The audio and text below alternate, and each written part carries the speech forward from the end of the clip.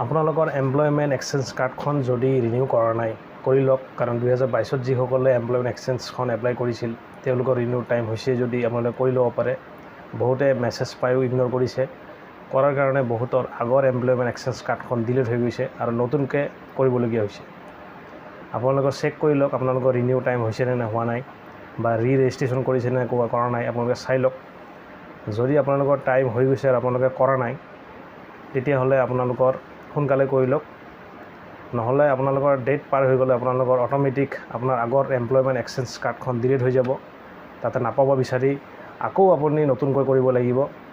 সেইকাৰণে আপোনালোকৰ renew date কেতিয়া আছে আপোনালোকৰ চাই লওক আপোনালোকে। আৰু যদি মেছেজ পাইছে কিন্তু আপোনালোকে ইগন'ৰ কৰি আছে, আপোনালোকে চেক কৰি লওক আপোনালোকৰ আগৰ কাৰ্ডখন এক্সপায়াৰ হৈ গৈছে নেকি। যদি এক্সপায়াৰ হৈ গৈছে তেতিয়াহ'লে আপোনাৰ আগৰ কাৰ্ডখন কাম নিদিব আৰু আপোনালোকে নতুনকৈ আকৌ এমপ্লয়মেণ্ট এক্সচেঞ্জ কাৰ্ডখন বনাব লাগিব।